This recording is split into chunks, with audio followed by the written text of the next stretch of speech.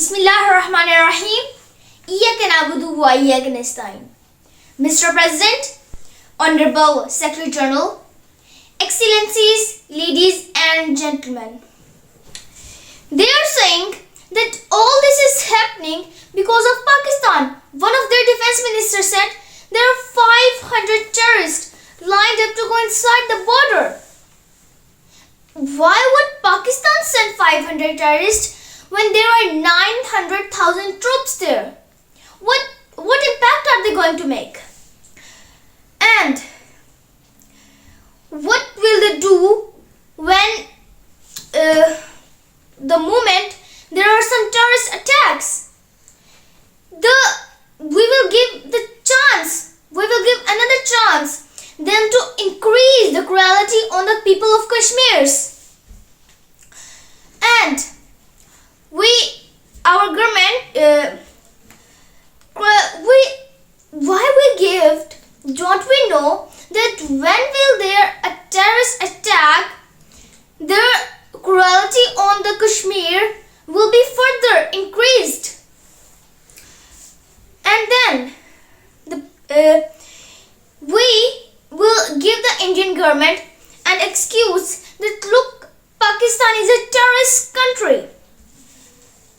And when you use the sketch words Islamic terrorism, the whole world turns face around. No one talks about human rights. You can do whatever you want, and which is happening right now. What do we benefit from further increasing the cruelty on the people of Kashmir? And why I want this? But there is no narrative left for India.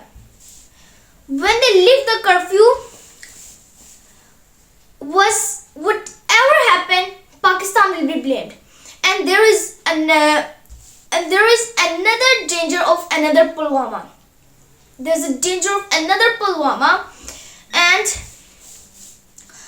another cyclone will start. What does Narendra Modi think that 180 million Muslims are in India are thinking right now? Aren't they watching the Kashmiris have been stuck inside around 55 days? Have been stuck. Aren't they watching? If they're watching, the Muslim will be radicalized in India. And I am talking about 180 million people. And when they get radicalized, there will be an incident in India, in the line again. We will be blamed. And Mr. President, what about 1.3 billion Muslims who are watching this? And they know it only happening to Kashmiri Muslims. This is not happening to Kashmiri Hindus. And they all know that this is only happening because of religion. What do you think? They will be thinking.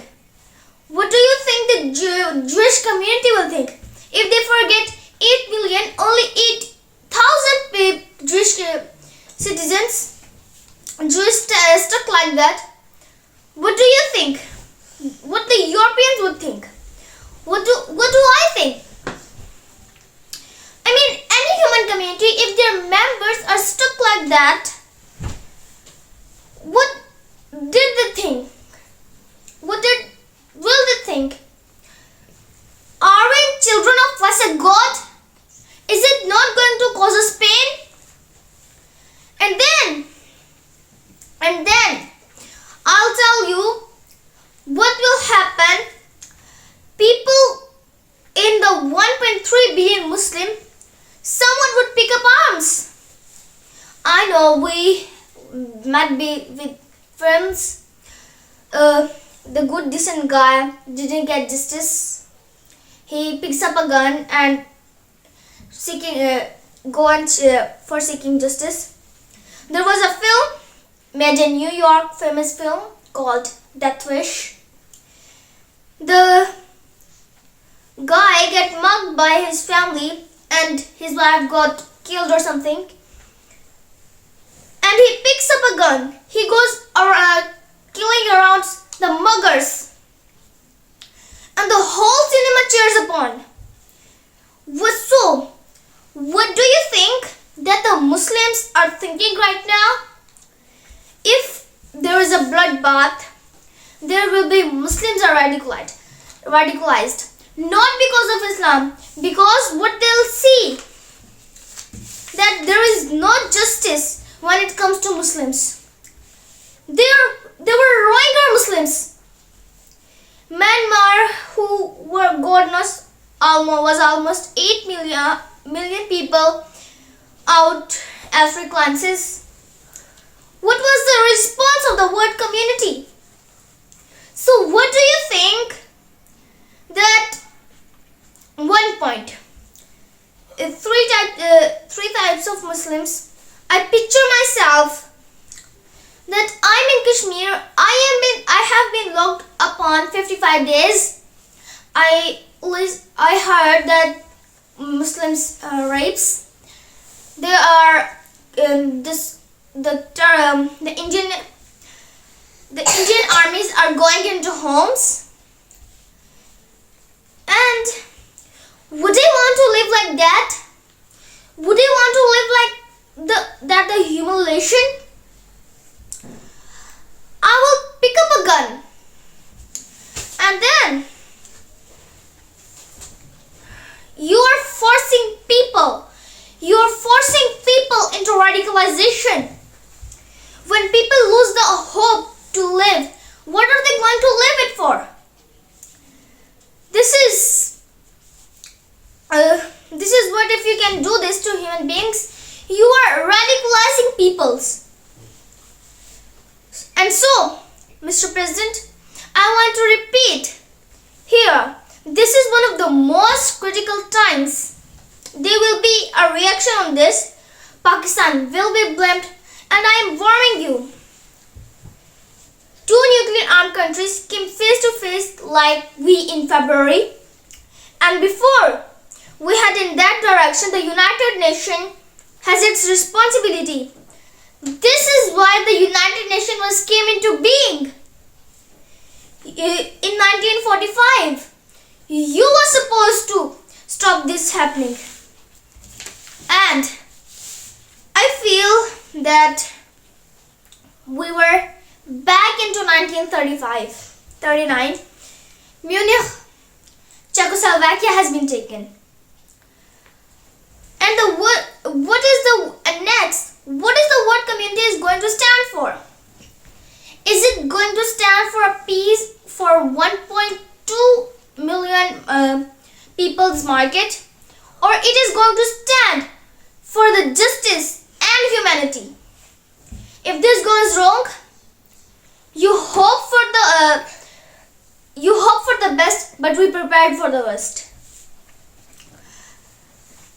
If a conventional war starts between two nuclear armed countries, Mr. President, if a conventional war starts, anything would be happen. But supposing a country 7 times smaller than its neighbor, faced with a choice, either you surrender or you fight for your freedom till death, what will we do? I ask myself this question, and my belief is la la la la, no good but one, and we will fight. And when a nuclear armed country fights for its freedom till the end, it has consequences far beyond the borders. And I am for the why I repeat, I'm here. Because I am owning you. It's not a threat, it's a fear, worry. And I came to tell the UN, you've got to stop this from happening. I came here to tell the UN, You've got to attest for the UN. You are the people who granted the people of Kashmir the right of self-determination. They are suffering because of that. This is the time when not to appease like in 1939. This is the time to take action. And the number one action will be that India must lift this inhuman curfew, and which is lasted for 55 days, and it must free all the political prisoners, especially the 3,000 boys have been picked up. Parents do not know where they have disappeared, and then the world community must give the right to Kashmir the self-determination. Thank you.